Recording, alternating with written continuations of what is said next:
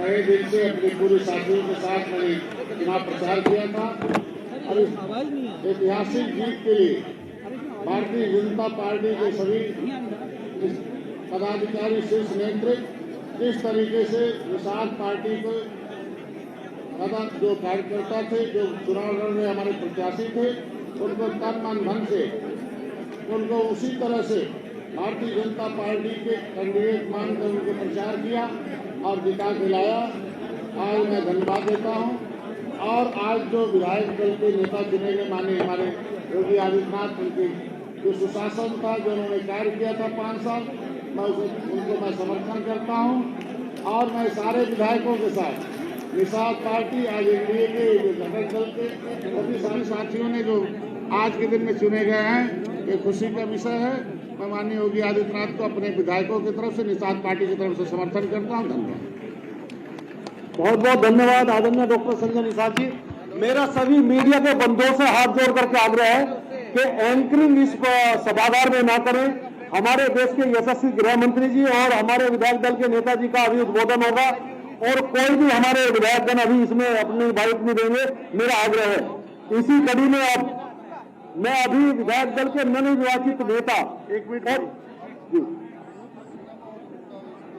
कोई विधायक इंटरव्यू नहीं देगा, बाइट नहीं देगा। कार्यक्रम समाप्त होने के बाद ही सभी भारतीय जनता पार्टी के नेता और विधायक बाइट देंगे। सारे मीडिया के साथियों को विनंती है कि जहां तक विधायक की बैठने की सीटें इसके ऊपर चले जाए कुटिया, कोई सुरक्षा कर्मी ने आपको ऊपर ले जाना पड़ेगा, आपके लिए भी ठीक नहीं होगा। क्योंकि आप लोग ऊपर चले जाइए प्लीज। सबका धन्यवाद। भारत माता की, भारत माता की।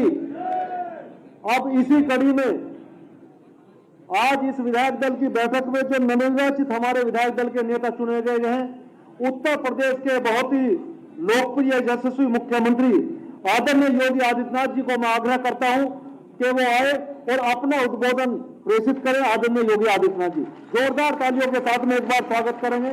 भारत माता की। योगी आदित्यनाथ अब अपनी स्पीच शुरू करने जा रहे हैं। योगी आदित्यनाथ स्पीच देने जा रहे हैं। सीधे तौर पर चलते हैं योगी आदित्यनाथ के पास। भारतीय जनता पार्टी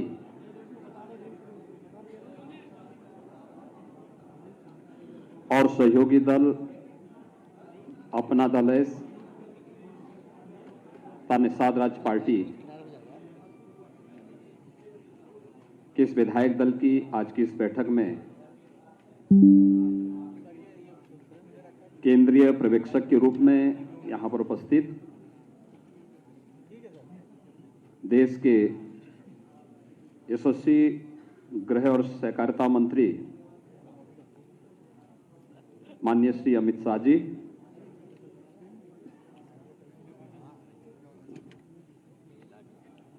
सह पर्यवेक्षक के रूप में यहां पर उपस्थित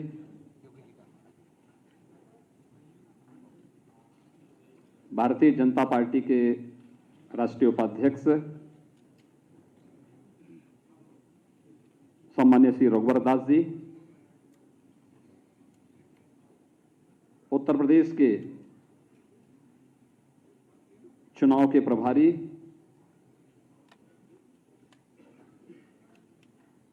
केंद्रीय शिक्षा मंत्री माननीय श्री धर्मेंद्र प्रधान जी, उत्तर प्रदेश के संगठन के प्रभारी पूर्व केंद्रीय मंत्री माननीय राधा मोहन सिंह जी,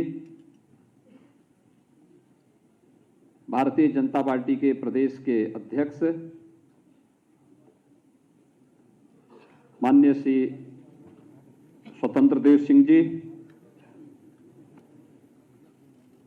अपना दल एस के राष्ट्रीय अध्यक्ष श्री आशीष सिंह पटेल जी, निषाद पार्टी के अध्यक्ष डॉक्टर संजय निषाद जी, मेरे वरिष्ठ सहयोगी के रूप में जिन्होंने 5 वर्षों तक निरंतर प्रदेश में सुरक्षा सुशासन की स्थापना करने में अपना योगदान दिया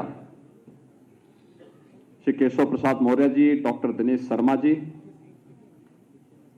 प्रदेश संगठन के महामंत्री श्री सुनील वंसल जी,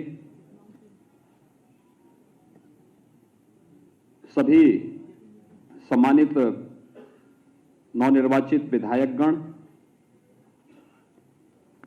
विधान परिषद के सभी माननीय सदस्यगण, भारतीय जनता पार्टी के अन्य सम्मानित पदाधिकारी और उपस्थित भाइयों बहनों, मैं सबसे पहले आदरणीय प्रधानमंत्री जी का, अपने केंद्रीय पर्यवेक्षक माननीय गृह मंत्री जी का, सहपर्यवेक्षक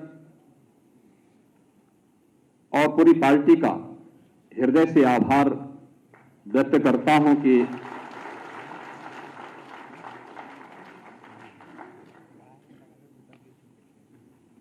पांच वर्षों तक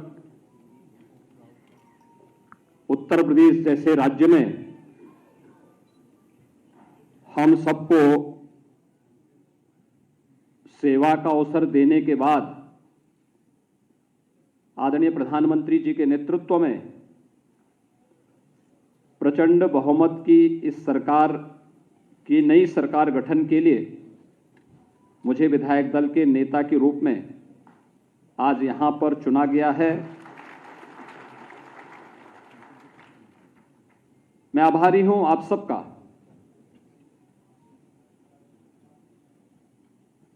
इस प्रस्ताव का यहां पर जो प्रस्ताव प्रस्तुत किया माननीय श्री सुरेश खन्ना जी, हमारे वरिष्ठ सदस्य हैं और विधायक दल के वरिष्ठतम सदस्य हैं, लगातार 8वीं बार 9वीं बार शाहजहांपुर से विधायक चुने गए और माननीय सुरेश खन्ना जी के प्रस्ताव पर श्री सूर्य प्रताप शाही जी ने, श्रीमती बेबी रानी मौर्य जी ने, श्री राम नरेश अग्निहोत्री जी ने, श्री सुशील साक्य जी ने, श्री नंद गोपाल गुप्ता नंदी जी ने इस प्रस्ताव का अनुमोदन करने के साथ ही आप सब ने सर्वानुमति से इस प्रस्ताव को अपना समर्थन दिया है। मैं इसके लिए आप सबका हृदय से आभार व्यक्त करता हूं। भाइयों बहनों, उत्तर प्रदेश के इतिहास में यह पहली बार हुआ है कि कोई मुख्यमंत्री 5 वर्ष तक कार्य करे और फिर वह पार्टी द्वारा सत्ता में आ जाए। अगर आप लगातार पहले आम चुनाव से लेकर के अब तक देखेंगे तो पहली बार हुआ है और यह संभव हुआ है कि आदरणीय प्रधानमंत्री जी का मार्गदर्शन और उनका यशस्वी नेतृत्व,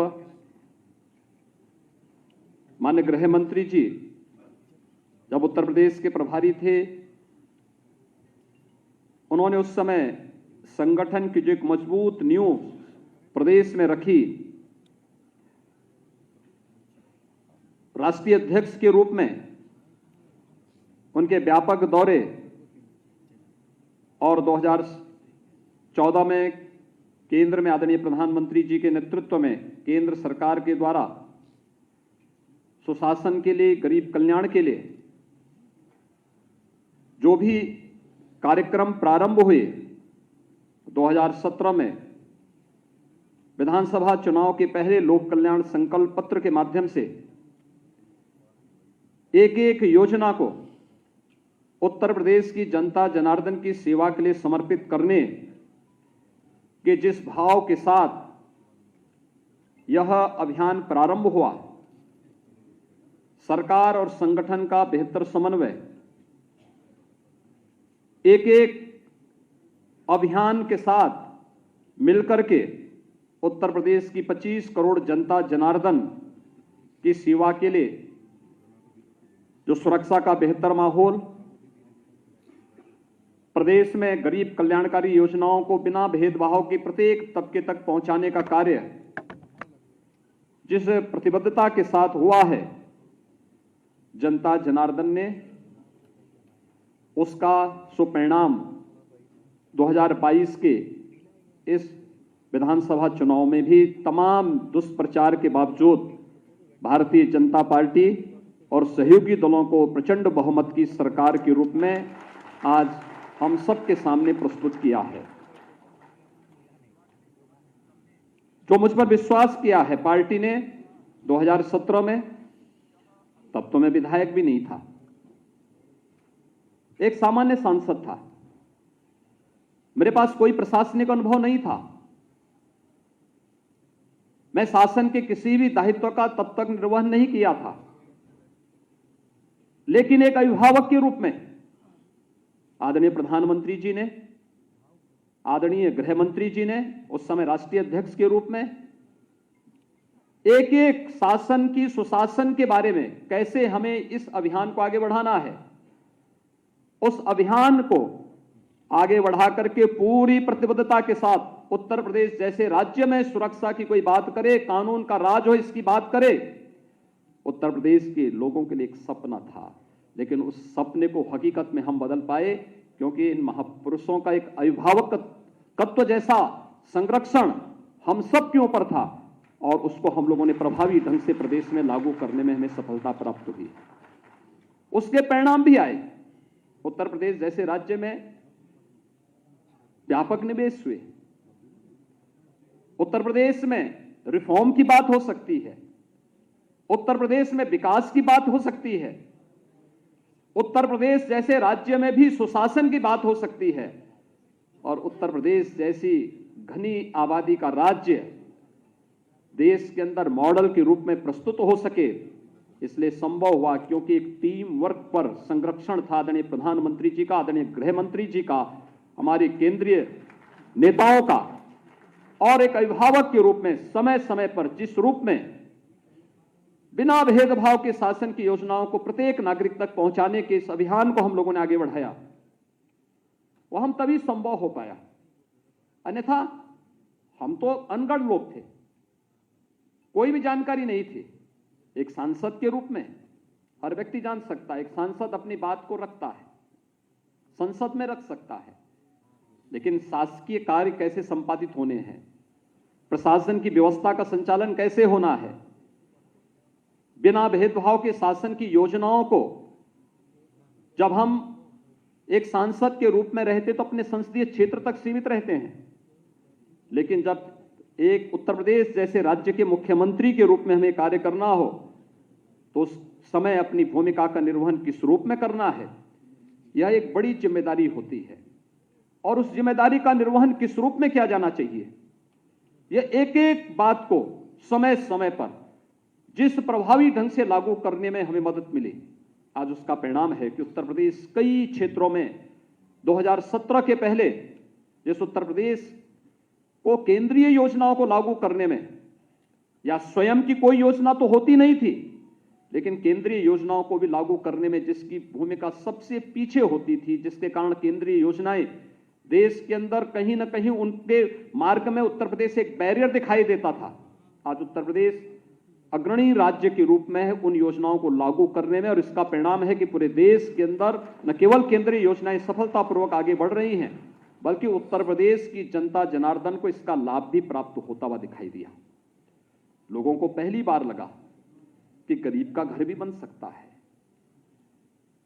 पहली बार लगा कि पैसा सीधे गरीब के खाते में जा सकता है, पहली बार लगा कि उत्तर प्रदेश जैसे राज्य में पर्व और त्योहार शांतिपूर्ण तरीके से मनाए जा सकते हैं, पहली बार लगा उत्तर प्रदेश दंगा मुक्त राज्य बन सकता है और पहली बार लगा है कि एक गरीब को भी फ्री में उत्तर प्रदेश के अंदर राशन प्राप्त हो सकता है।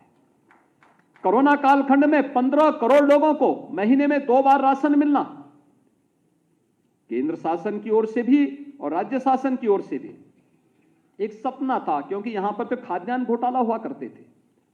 लेकिन आज प्रत्येक नागरिक को तकनीक का उपयोग करके, जिस तकनीक के लिए प्रधानमंत्री जी का बार बार जोर रहता था, आज उस गरीब को उस योजना का लाभ प्राप्त हुआ है।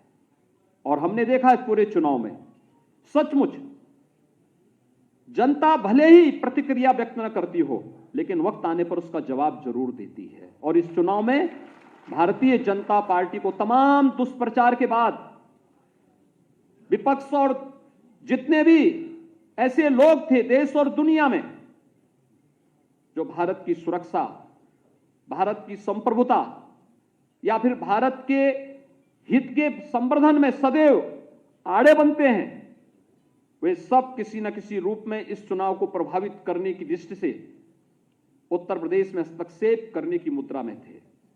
लेकिन आदरणीय प्रधानमंत्री जी के प्रति अटूट विश्वास, सबका साथ, सबका विकास, सबका विश्वास और सबका प्रयास का जो ये मूल मंत्र है, इस मूल मंत्र ने अपना असर दिखाया और जनता जनार्दन ने कहा कि नहीं, हम अब वंशवाद की राजनीति में नहीं, हम अब जातिवाद और उन संकीर्ण राजनीतिक दायरों से ऊपर उठ करके राष्ट्रवाद, विकास और सुशासन के लिए अपना समर्थन देंगे। और जनता जनार्दन ने आपने देखा होगा गांव गांव में गरीब की झोपड़ी से लेकर के एक सामान्य इंसान, माताएं बहनें हो, बेटियां हो या युवा या अन्नदाता किसान, सबने भारतीय जनता पार्टी को मुक्त कंठ से, खुले हृदय से समर्थन दे करके सारे के सारे उन दुष्प्रचारों को दरकिनार करते हुए केवल और केवल एक विश्वास के साथ कि मोदी है तो मुमकिन है, और इस भाव के साथ जनता जनार्दन ने अपना समर्थन भारतीय जनता पार्टी और सहयोगी दल को दिया। और जिसका परिणाम है कि 2/3 से अधिक समर्थन लेकर के भारतीय जनता पार्टी एक बार फिर से अपने सहयोगी दल के साथ आज फिर से सरकार बनाने की ओर अग्रसर है। भाइयों बहनों, यह एक बड़ी जिम्मेदारी भी है। सत्ता प्राप्त करना एक प्रतिष्ठा का विषय नहीं, हम सब की परीक्षा के दौर से आगे बढ़ने के लिए भी हमें सतर्क रहने के लिए प्रेरित करता है। यह परीक्षा हम जनता जनार्दन की अदालत में कितने अपने आप को खरा उतार सकते हैं। योजनाओं का लाभ बेहतर समन्वय के माध्यम से और डबल इंजन की सरकार का जो प्रधानमंत्री जी का मंत्र था, उसको जनता ने खुले हृदय से अपना समर्थन किया है, खुले हृदय से उसको अंगीकार किया है। हर व्यक्ति इस बात को जानता है कि उत्तर प्रदेश जैसे राज्य में उन योजनाओं को हर एक तक पहुंचाना, तकनीक उसमें बहुत बड़ी भूमिका का निर्वहन किया। 80,000 राशन कोटी की दुकान में ई-पॉस मशीन का लग जाना, उन गरीबों तक राशन की सुविधा का लाभ प्राप्त हो जाना, जनधन अकाउंट में करोड़ों बैंक के खाते खुल जाना, भर्ती की प्रक्रिया पारदर्शी तरीके से आगे बढ़ जाना। और इन सभी को जब हम आगे लेकर के चलते हैं तो स्वाभाविक रूप से हम सबके सामने प्रतिस्पर्धा पहले कुशासन से सुशासन के लिए था, अब सुशासन को और भी सुदृढ़ करने की दिशा में अगला हमारा कदम क्या होना चाहिए, स्वयं से हमारी प्रतिस्पर्धा प्रारंभ होगी। और उसके लिए तैयार होना, उसके लिए तैयार होना, उस सुशासन की स्थापना उसको और मजबूती के साथ आगे बढ़ाने के लिए आदरणीय प्रधानमंत्री जी ने जो एक संकल्प दिया है देश के सामने, जिस प्रकार का शासन देकर के देश की और दुनिया के अंदर आज लोकप्रियता की एक नई ऊंचाइयों को आदरणीय प्रधानमंत्री जी छू रहे हैं, अपनी कार्यों के माध्यम से, अपनी कर्मठता के माध्यम से, अपने देश की सुरक्षा, गरीब कल्याणकारी योजनाओं के माध्यम से भारत को दुनिया के एक महाशक्ति के रूप में स्थापित करने को लेकर के। और यही संकल्प देश के सबसे बड़े राज्य उत्तर प्रदेश की भी होनी चाहिए। उत्तर प्रदेश अगर विकास की नई ऊंचाइयों को प्राप्त करता है, यह देश के विकास में सहायक बनता है। आखिर देश की 6ठी आबादी यानी 1/6 आबादी उत्तर प्रदेश के अंदर निवास करती है, और 1/6 की आबादी उत्तर प्रदेश के अंदर निवास करने के बाद इस 6 करोड़ जनता के लिए, हमें याद है जब पहला बजट हमें प्रस्तुत करना था, मैं आदरणीय गृह मंत्री जी का मार्गदर्शन लेने के लिए गया था। उन्होंने कहा योगी जी देखिए, यूपी जैसे राज्य का बजट 2 लाख करोड़ का हो, कैसे आप लोगों को सुविधाएं दे पाएंगे? लेकिन इसके लिए 2 कार्य करने पड़ेंगे। राज्य की आय को बढ़ाना पड़ेगा और खर्च के दायरे को भी बढ़ाना पड़ेगा, जिससे हर गरीब तक शासन की योजनाएं पहुंच सके। और हम लोगों ने 2 लाख करोड़ से बढ़ा करके 6 लाख करोड़ तक उत्तर प्रदेश के बजट को आगे बढ़ाने का काम किया। उत्तर प्रदेश की प्रति व्यक्ति आय को दोगुना करने का कार्य पहले 5 वर्ष के इस कालखंड में, जबकि कोरोना जैसी वैश्विक महामारी हमारे सामने चुनौती के रूप में थी, उस पर भी हम लोगों ने करने का प्रयास किया। उत्तर प्रदेश की जीडीपी को बढ़ाया है, ये दुगने से ज्यादा हुई है, लेकिन साथ साथ बहुत सारी चीजें हैं जिसको आगे बढ़ाने की आवश्यकता है। उत्तर प्रदेश के अंदर सुशासन की पहले कालखंड के इस कार्यक्रम को और मजबूती के साथ आगे बढ़ाने के लिए क्या कुछ होना है, लोक कल्याण संकल्प पत्र पार्टी ने चुनाव के ठीक पहले जारी किया है। और यही नहीं, युवाओं के लिए, अपनी माताओं बहनों के लिए, अन्नदाता किसानों के लिए, समाज के प्रत्येक तबके के लिए और उत्तर प्रदेश की जो पहचान है उस आस्था का सम्मान करने के लिए बहुत कुछ अभी हासिल करना बाकी है, जिसको और मजबूती के साथ आगे बढ़ाने की आवश्यकता है। जो अपेक्षाएं उत्तर प्रदेश की जनता जनार्दन की हैं, उन अपेक्षाओं पर, उन आकांक्षाओं की पूर्ति करने के लिए हम सबको प्राणपण से जुट करके काम करना होगा, मिलकर के कार्य करना होगा, एक टीम वर्क के रूप में काम करना होगा, मिलकर के एक सेवक के रूप में। एक देश के अंदर आदरणीय प्रधानमंत्री जी ने जो बात कही कि हमारी भूमिका एक सेवक की होनी चाहिए। हम शासन में आते हैं, मालिक बनने की भूल कभी न करें। एक सेवक के रूप में बहुत है, हम उस व्यवस्था के कस्टोडियन के रूप में हमारी भूमिका होनी चाहिए। पार्टी ने एक व्यवस्था दी, उस व्यवस्था के तहत हम उस कार्यक्रम को आगे बढ़ाएंगे। पार्टी की व्यवस्था होगी, उस व्यवस्था के तहत हम अपना योगदान देंगे और पूरी प्रतिबद्धता के साथ, पूरी ईमानदारी के साथ उसको आगे बढ़ाना, ये हमारा लक्ष्य होना चाहिए। उत्तर प्रदेश तमाम मामलों में आज अग्रणी राज्य के रूप में देश के अंदर उभर करके आया है। उत्तर प्रदेश को देश की नंबर 1 अर्थव्यवस्था के रूप में स्थापित करने के आदरणीय प्रधानमंत्री जी के उस संकल्प के साथ जुड़ने का समय हमारे सामने है, क्योंकि ये उत्तर प्रदेश के प्रत्येक नागरिक के जीवन में व्यापक परिवर्तन का कारक बनेगा और ये संभव है। मैं बार बार कहता हूं, उत्तर प्रदेश तो प्रकृति और परमात्मा का प्रदेश है, सब कुछ यहां पर है। और आज हम सबका सौभाग्य है कि दुनिया के सबसे लोकप्रिय नेता, देश के यशस्वी प्रधानमंत्री जी का मार्गदर्शन और नेतृत्व हम सबके पास है। तो उत्तर प्रदेश के काशी से स्वयं देश का प्रतिनिधित्व करते हैं और उनका मार्गदर्शन निरंतर उत्तर प्रदेश को प्राप्त होता है, संरक्षण प्राप्त होता है। उत्तर प्रदेश को कैसे अग्रणी राज्य के रूप में स्थापित किया जाए, इसके लिए प्राप्त होता है। और ये हम सबका सौभाग्य है कि हम इस प्रक्रिया के साथ, सेवा के इस मिशन के साथ जुड़ करके अपने को सौभाग्यशाली मानते हैं। और आज एक बार फिर से मुझे जब पार्टी ने अवसर दिया है, मैं यहां पर केंद्रीय पर्यवेक्षक के रूप में माननीय गृह मंत्री जी का, सह पर्यवेक्षक के रूप में राष्ट्रीय उपाध्यक्ष और झारखंड के पूर्व मुख्यमंत्री माननीय श्री रघुवर दास जी का हृदय से इस प्रक्रिया को आगे बढ़ाने के लिए और सर्वानुमति से इस राय को यहां पर व्यक्त करने में जो योगदान हमारे नेताओं का यहां पर प्राप्त हुआ है, इनके लिए प्रति हृदय से आभार व्यक्त करता हूं।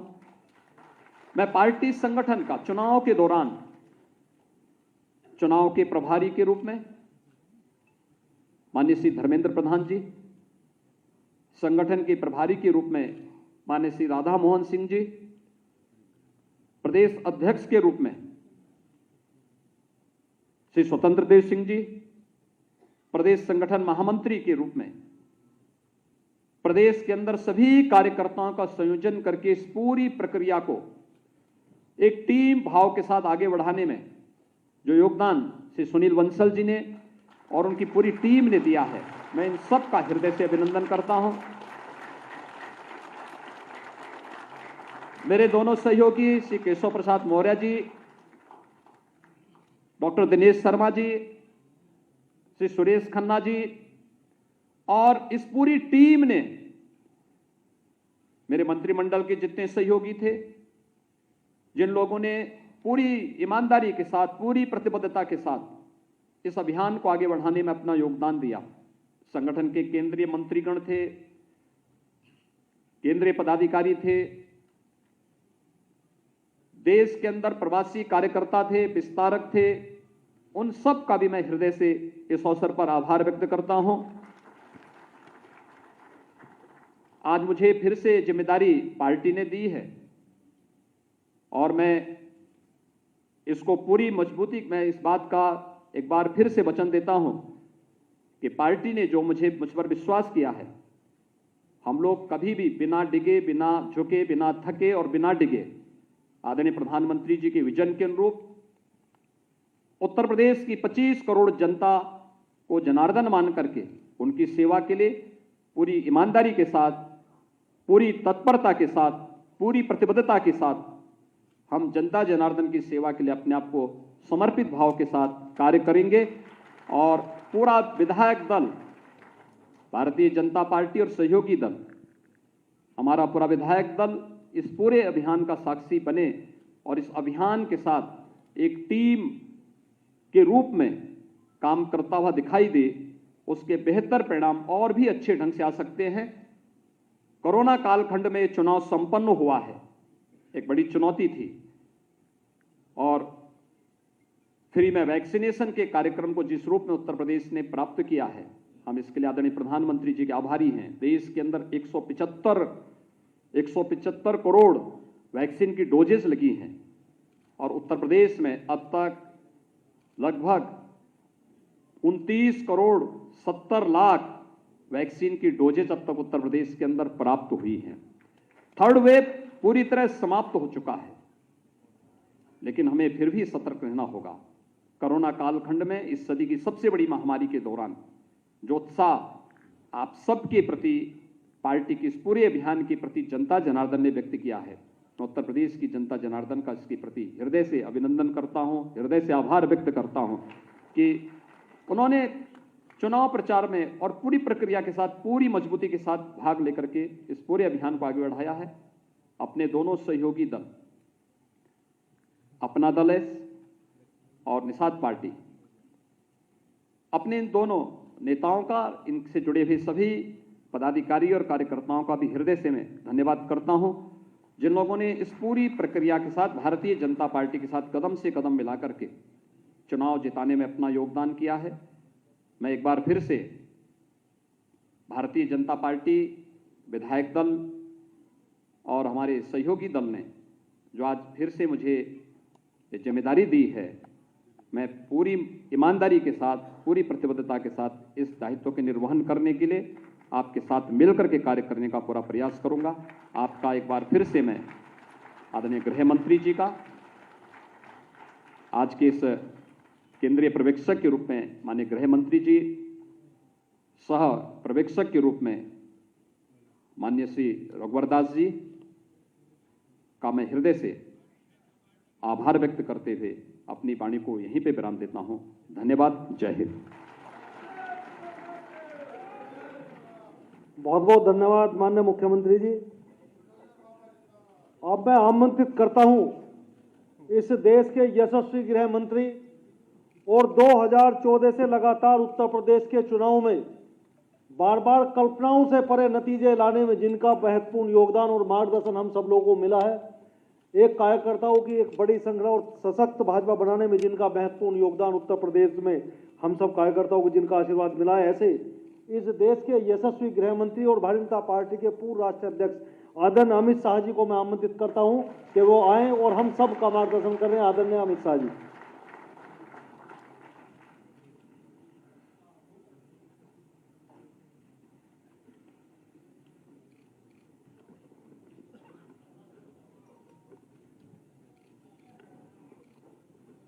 आज के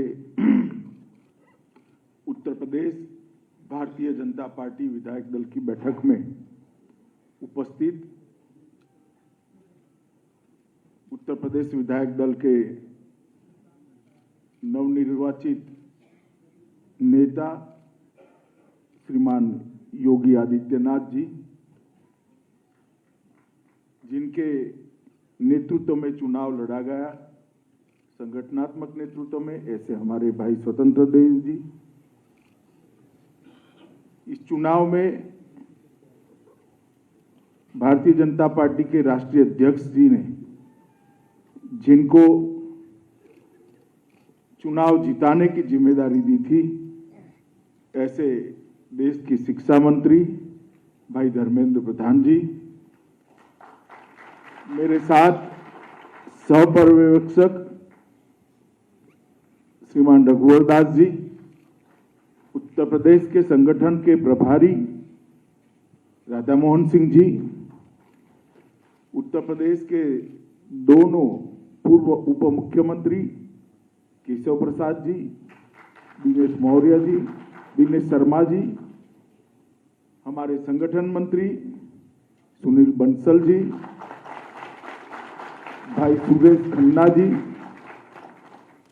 आशीष सिंह जी, संजय निषाद जी, और आज इस बैठक में यहां पर उपस्थित सभी विधायक दल के सदस्य भाइयों और बहनों, आज हम सब के लिए बहुत आनंद का विषय है कि आज उत्तर प्रदेश विधानसभा का एक नया इतिहास लिखने का क्षण इसी सभागार के अंदर हो रहा है। 35 सालों से कभी भी एक पार्टी को दूसरी बार पूर्ण बहुमत नहीं मिला है। भारतीय जनता पार्टी अकेली एक ऐसी पार्टी है जिसने दोनों बार 2/3 से ज्यादा बहुमत के साथ जनता का समर्थन हासिल किया। उत्तर प्रदेश की स्थापना से लेकर अब तक कोई भी मुख्यमंत्री अपने शासन के आधार पर फिर से एक बार जनादेश लेकर मुख्यमंत्री नहीं बन पाए। कारण क्या होगा, इसकी मीमांसा में जाने का दिन नहीं है, परंतु हम सब के लिए आनंद का विषय है कि भारतीय जनता पार्टी के नेता श्री योगी आदित्यनाथ जी को उत्तर प्रदेश की जनता ने दूसरी बार मुख्यमंत्री के रूप में चुनने का काम किया। ठीक है, आज हम सब मिलकर योगी जी को निर्विरोध विधायक दल के नेता के रूप में आप सबने चुना है, परंतु चुनाव की शुरुआत से, जब से सदस्यता अभियान चालू हुआ तब से मैं ही आया था, पार्टी ने घोषणा की थी कि योगी जी के नेतृत्व में हम चुनाव लड़ेंगे, और उसके बाद जनता ने फिर से एक बार 2/3 से ज्यादा बहुमत से हमें जिताया है और योगी जी को फिर से एक बार मुख्यमंत्री बनाया। मित्रों, उत्तर प्रदेश एक प्रकार से कई सालों से अस्थिरता का केंद्र रहा, राजनीतिक अस्थिरता का केंद्र रहा। आजादी के शुरुआती समय के बाद यहां पर धीरे धीरे धीरे मूल्यों का भी क्षरण हुआ और राजनीतिक विचारधाराओं का भी क्षरण होता गया, और परिणाम स्वरूप जातिवादी और परिवारवादी पार्टियां उत्तर प्रदेश में पनपती गई, पलती गई, बढ़ती गई, और उसी के कारण एक राजनीतिक अस्थिरता का माहौल बहुत लंबे समय से 2014 तक चला। 2014 के आम चुनाव में जब भारतीय जनता पार्टी ने तय किया कि भारतीय जनता पार्टी की ओर से प्रधानमंत्री पद के प्रत्याशी गुजरात के उस वक्त के मुख्यमंत्री श्री नरेंद्र मोदी होंगे, और उस घोषणा के साथ ही समग्र देश के अंदर एक चेतना जागृत हुई थी। समग्र देश के अंदर एक खुशी और आशा की लहर दौड़ी। मैं उस वक्त उत्तर प्रदेश का प्रभारी था। मुझे ठीक याद है, एक घोषणा के साथ ही उत्तर प्रदेश के कार्यकर्ताओं के अंदर भी एक खुशी की लहर। मैं जब प्रभारी बना तब एक घोषणा नहीं हुई। घोषणा के बाद आम कार्यकर्ता भी बोलने लगा था कि इस बार 65 के पार सीटें जीतेंगी। और जिस प्रकार से मोदी जी के नेतृत्व में चुनाव अभियान चला, 2014 में भारतीय जनता पार्टी को उत्तर प्रदेश की जनता ने भोले शंकर की तरह कृपा कर 73 सीटों के साथ जिताने का काम। और पहली बार भारतीय जनता पार्टी के कार्यकर्ता के मन में एक विश्वास जगा कि अगर 14 के चुनाव में 73 सीटें जीत सकते हैं तो 17 में 300 पार भी कर सकते हैं।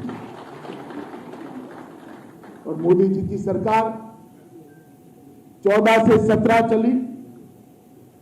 यही योजनाएं थी जो योगी जी ने जमीन पर उतारी, मगर उस वक्त जो शासन था समाजवादी पार्टी का, उसने योजनाओं को जमीन पर उतारने के लिए कोई परिश्रम नहीं करा। ये योजनाएं जातिवाद के कारण हर व्यक्ति पर तक नहीं पहुंची। ये योजनाएं भ्रष्टाचार के कारण जमीन पर नहीं पहुंची। ये योजनाएं एडमिनिस्ट्रेशन के राजनीतिकरण के कारण जमीन पर नहीं पहुंची। और ये योजनाएं राजनीति के अपराधीकरण के कारण भी जमीन पर नहीं पहुंची। हमने इसको मुद्दा बनाया।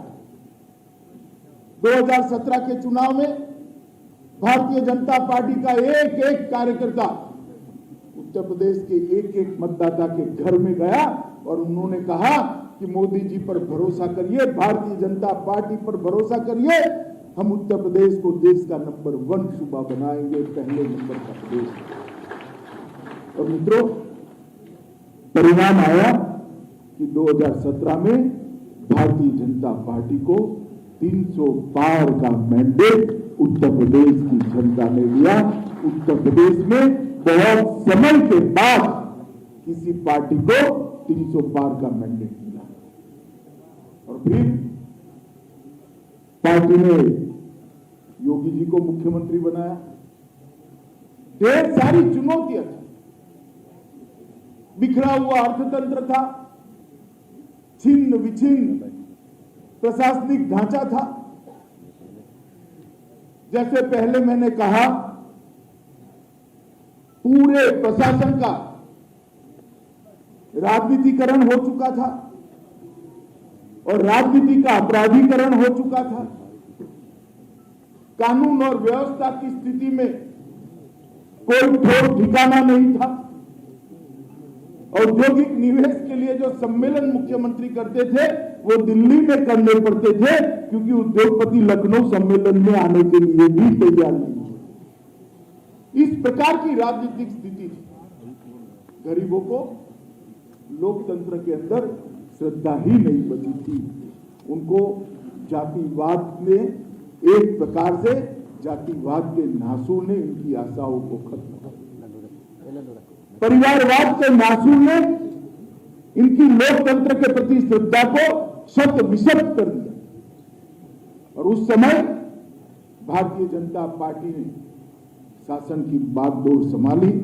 और मैं आज ये बात आप सबके कहने आया हूं कि 2017 से लेकर 2022 तक जो यात्रा चली, बीच में 19 में भी हमने 65 सीटों के साथ प्रचंड बहुमत के साथ एक बार विजय प्राप्त की और अंत में 22 में फिर एक बार 2/3 बहुमत से जीते।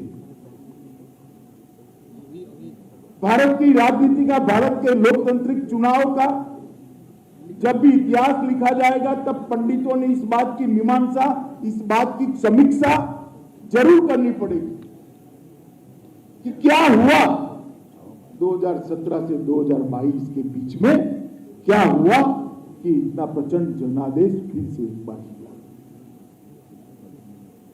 मित्रों, सबसे बड़ा काम योगी सरकार ने किया तो मैंने जो कहा, प्रशासन के राजनीतिकरण को उन्होंने समाप्त कर दिया। प्रशासन संविधान के आधार पर, प्रशासन कैबिनेट के निर्णय के आधार पर चलने लगा। कोई जाति विशेष के लिए प्रशासन काम नहीं करता और राजनीति का अपराधीकरण बंद हो गया। माफिया, गुंडे पुलिस प्रशासन के मालिक बनकर बैठे थे, उसको शीर्षासन कराने का काम योगी सरकार ने किया और पूरे उत्तर प्रदेश को माफियाओं से मुक्त करने का काम। गरीब आदमी के मन में भी एक आशा जगी कि मैं जाकर थानेदार को मेरी रपट लिखाऊंगा तो वो एफआईआर में बदल जाएगी। एक छोटी सी बच्ची को भी ये विश्वास जगा कि किसी की हिम्मत नहीं है मेरे साथ छेड़खानी करने की, अगर मैंने फरियाद कर दी तो जेल की सलाखों के पीछे जाता। और वो विश्वास जागने के साथ ही उत्तर प्रदेश के अंदर एक बदलाव की राजनीति शुरू हुई।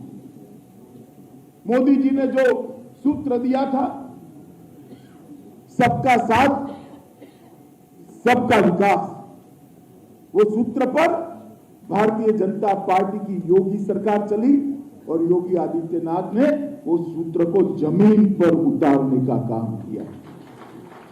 ढेर सारी योजनाएं, हमने किसी की जाति नहीं पूछी, हमने किसी का धर्म नहीं पूछा। जिसको घर मिलना था उसको घर मिला, जिसको गैस मिलना था उसको गैस मिला, जिसके घर में बिजली पहुंचती थी वो 1,42,00,000 लोगों के घर में बिजली भी पहुंच गई। जिनको आयुष्मान भारत योजना का कार्ड मिलना था उसको आयुष्मान भारत योजना का कार्ड जाति और धर्म पूछे बगैर मिला। शौचालय घर में बन गया और मुफ्त में अनाज देने की योजना भी उसके घर तक पहुंचाने का काम भारतीय जनता पार्टी की सरकार ने। और ये जो बदलाव आया वो उत्तर प्रदेश में ऐतिहासिक बदलाव की शुरुआत करने वाला है। आज मैं सारे विधायक यहां बैठे हैं, मैं आप सभी को कहना चाहता हूं, मित्रों, हम सब सोचते हैं, कई बार मैं भी चुना हुआ प्रतिनिधि रहा हूं, 5 बार विधायक चुनकर आए, एक बार राज्यसभा सांसद, एक बार लोकसभा सांसद। हम सबको लगता है कि हमारी लोकप्रियता से हम जीत कर आए। मैं सभी को कहता हूं कि पार्टी सबसे ऊपर होती है और पार्टी की नीतियां ही पार्टी के लिए लोकप्रियता का सृजन करती है। सरकार के कार्यक्रम ही नेतृत्व को लोकप्रिय बनाते हैं और हमारा दायित्व है कि नींव डालने का जो काम किया है, इस पर एक भव्य इमारत भारतीय जनता पार्टी की बनाने के लिए हम आगे बढ़ेंगे। उत्तर प्रदेश के विकास की जो नींव डालने का काम 5 साल में हुआ है, आगे के 5 साल उत्तर प्रदेश के खोए हुए गौरव को वापस दिलाने का है और उत्तर प्रदेश को देश में नंबर 1 राज्य बनाने के लिए। यहीं से शुरू होती है बदलाव की यात्रा, यहीं से शुरू होती है विकास की यात्रा, यहीं से होती है सुरक्षा के दृढ़ीकरण के नई यात्रा और यहीं से होती है नींव पर समृद्धि की बुलंद इमारत बनाने की यात्रा। यहीं से शुरू होती है गरीब और युवाओं के और छोटी बच्चियों के आशाओं, आकांक्षाओं और सपनों की यात्रा, और उसको पूरा करने का काम मेरे सामने बैठे हुए सभी लोगों ने, सभी विधायकों ने करना है, योगी जी के नेतृत्व में करना है।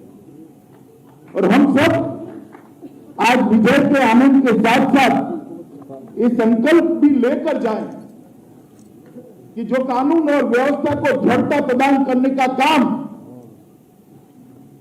5 साल तक हुआ है, उसमें हम विक्षेप न बनाएं, इसको और सुदृढ़ बनाएं। इंफ्रास्ट्रक्चर उत्तर प्रदेश के गांव-गांव तक प्रधानमंत्री आयुष्मान, प्रधानमंत्री ग्राम सड़क योजना पहुंचाई है। पूरे उत्तर प्रदेश के 6 कोने को जोड़ने वाले राजमार्ग बने हैं, एक्सप्रेसवे बने हैं। गरीब कल्याण के हर क्षेत्र में अतुलनीय सिद्धि प्राप्त की है। घर देना हो, बिजली देना हो, शौचालय पहुंचाना हो, गैस देना हो, स्वास्थ्य का कार्ड देना हो, मुफ्त में अनाज पहुंचाना हो, या देश में सबसे ज्यादा कोरोना का टीका लगाना हो, हर योजना को हमने गरीबों तक पहुंचा है। ये यात्रा भी हमारी चालू रहनी चाहिए। यहां पर अच्छे राजनीतिक माहौल और कानून और व्यवस्था की परिस्थिति के कारण इन्वेस्टमेंट आने की शुरुआत, यही इन्वेस्टमेंट से राजस्व आएगा और यही राजस्व से फिर से योजनाएं बनकर गरीब को आगे बढ़ाने का काम करेगी। इन्वेस्टमेंट के माहौल को, निवेश के माहौल को और मजबूत बनाने का काम भारतीय जनता पार्टी के एक-एक कार्यकर्ता और एक-एक विधायक ने करना है। मित्रों, मुझे ठीक याद है 2017 में देश की 9वें नंबर की अर्थव्यवस्था था उत्तर प्रदेश। एक 5 ही साल में उसको दूसरे नंबर पर योगी सरकार ने लाया और हम सब ने सरकार आने वाले दिनों में जिन जिन को जिम्मेदारी मिले उसने संकल्प करना है कि 1 नंबर की अर्थव्यवस्था देश की उत्तर प्रदेश जल्द से जल्द बने। मित्रों, हम सब सौभाग्यशाली है कि मोदी जी जैसा एक व्यापक दृष्टिकोण रखने वाला नेतृत्व हमें मिला। मोदी जी जैसा एक दूरदर्शी नेतृत्व मिला, एक परिश्रमी नेतृत्व मिला, एक गरीबों के प्रति संवेदना रखने वाला नेतृत्व मिला। देश की सुरक्षा को सुदृढ़ करने के लिए हर निष्ठ प्रयास करने वाला एक नेतृत्व मिला है और भारतीय जनता पार्टी को हर बूथ तक पहुंचाने की प्रेरणा देने वाला नेतृत्व भी श्री नरेंद्र मोदी। और यहां पर योगी जी ने मोदी जी के हर कार्यक्रम में जमीन पर सफलतापूर्वक परिश्रम के साथ उतारा। एक 5 साल में कोई एक सरकार इतना बड़ा परिवर्तन कर सकती है, मुझे लगता है इसका डॉक्यूमेंटेशन नहीं हुआ और उसके डॉक्यूमेंटेशन को लोगों ने नहीं पढ़ा तो कोई मान ही नहीं सकता। इतना हर क्षेत्र के अंदर विकास हुआ है, चाहे स्वास्थ्य का क्षेत्र हो, चाहे खेल का हो, चाहे इंफ्रास्ट्रक्चर का हो, चाहे 24 घंटा बिजली पहुंचाने की बात। तो 40 मेडिकल कॉलेज का जब हम लिखते थे वहां पर घोषणा पत्र में, तब श्री भूपेंद्र यादव मेरे साथ था कि 40 ही लिख दूं क्या, ऐसा पूछा था। आज मुझे आनंद है 40 मेडिकल कॉलेज बनाने का काम चल रहा है। ये परिवर्तन जो उत्तर प्रदेश के अंदर आया है, ये भारतीय जनता पार्टी के नीतियों को सुचारू रूप से योगी जी ने नीचे तक पहुंचाया, इसके कारण। नरेंद्र मोदी जी ने जो योजनाओं का रेखांकन किया राष्ट्रीय स्तर पर, उसको जमीन तक, गरीब की झोंपड़ी तक पहुंचाने का एक भव्य पुरुषार्थ हुआ, पारदर्शी पुरुषार्थ हुआ। इसके कारण ये परिणाम मिला और आज आप सभी लोग चुनाव जीतकर यहां आए हैं और फिर से एक बार उत्तर प्रदेश के विधानमंडल के सदस्य भी बने। आने वाले 5 साल न सिर्फ उत्तर प्रदेश के विकास के लिए, क्योंकि उत्तर प्रदेश देश का सबसे बड़ा सूबा है। उत्तर प्रदेश के विकास के बगैर देश का विकास क्षेत्र की दृष्टि और जनसंख्या की दृष्टि से संभव ही नहीं। उत्तर प्रदेश का विकास एक प्रकार से देश के विकास के साथ जुड़ा है।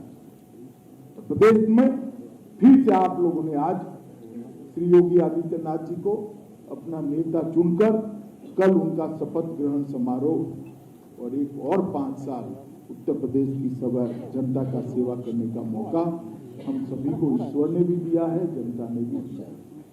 और मोदी जी का नेतृत्व तो है ही।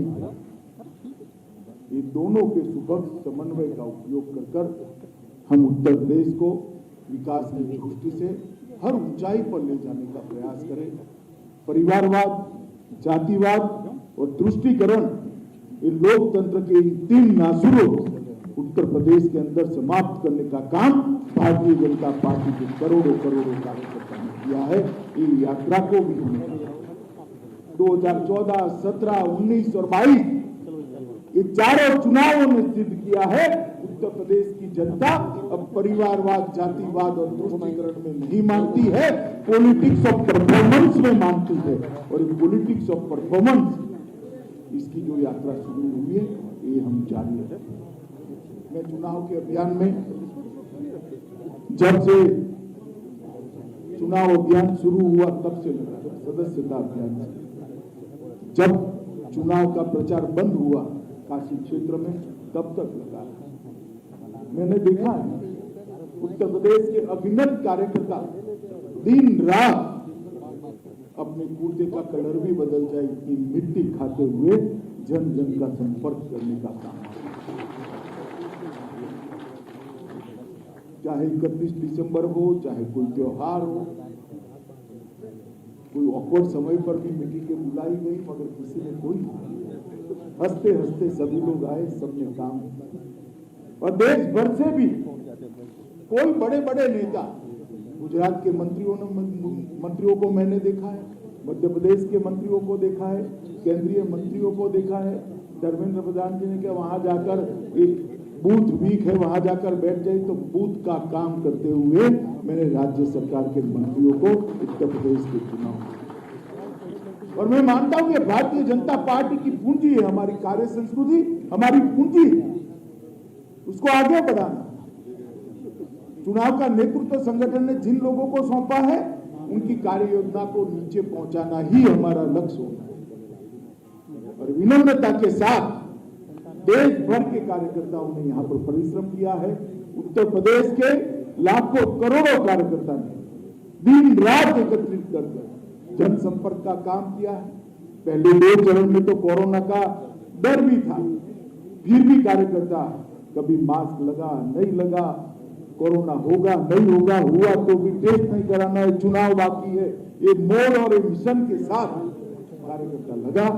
मैं मानता हूं कि कार्यकर्ताओं का परिश्रम आज रंग ला है।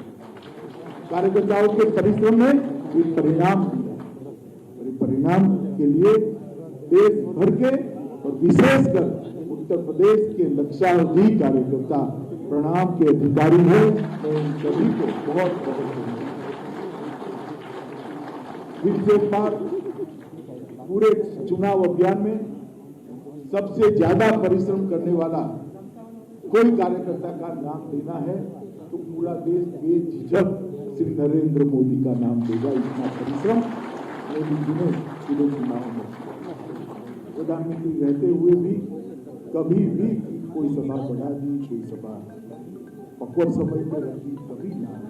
डिसिप्लिन कार्यकर्ता के नाते, डिसिप्लिन नेतृत्व के नाते उन्होंने प्रचार अभियान को गति देने का काम किया। मित्रों, अंत में भारतीय जनता पार्टी की कार्य संस्कृति को आगे बढ़ाए और उत्तर प्रदेश में जो मजबूत नींव डालने का काम जो योगी आदित्यनाथ जी ने किया है, इन नींव पर एक भव्य इमारत बनाए और उत्तर प्रदेश को देश का नंबर 1 सूबा बनाने के लिए हम सब लोग मनोयोग से जुड़ जाए, यही आप सभी से अपेक्षा है। फिर से एक बार आप सभी को हृदय से बहुत बहुत शुभकामनाएं और बधाई देकर और योगी आदित्यनाथ जी को भी मैं शुभकामनाएं और बधाई देना चाहता हूं कि अगले 5 साल उत्तर प्रदेश के इतिहास में आपके नेतृत्व में सुवर्ण अक्षरों से अंकित हो, इस प्रकार का उत्तर प्रदेश का विकास हो, यही शुभकामनाएं देकर मेरी बात को समाप्त करता हूं। वंदे मातरम। बहुत बहुत धन्यवाद माननीय गृह मंत्री जी। अब अध्यक्ष जी की अनुमति से मैं मंचासीन अतिथियों का, माननीय गृह मंत्री जी का, आदरणीय रघुवर दास जी का, मंचासीन सभी अतिथि माननीय योगी आदित्यनाथ जी का, उपस्थित आदरणीय धर्मेंद्र प्रधान जी का, हम मंचासीन सभी अतिथि गणों का और नवनिर्वाचित सभी विधायक गणों का, विधान परिषद के सदस्य गणों का धन्यवाद ज्ञापित करता हूं। वो कार्यक्रम की समाप्ति की घोषणा की जाती है। वो ग्राउंड फ्लोर पर सभी के जलपान की व्यवस्था है। आप सादर आमंत्रित हैं। बहुत बहुत धन्यवाद।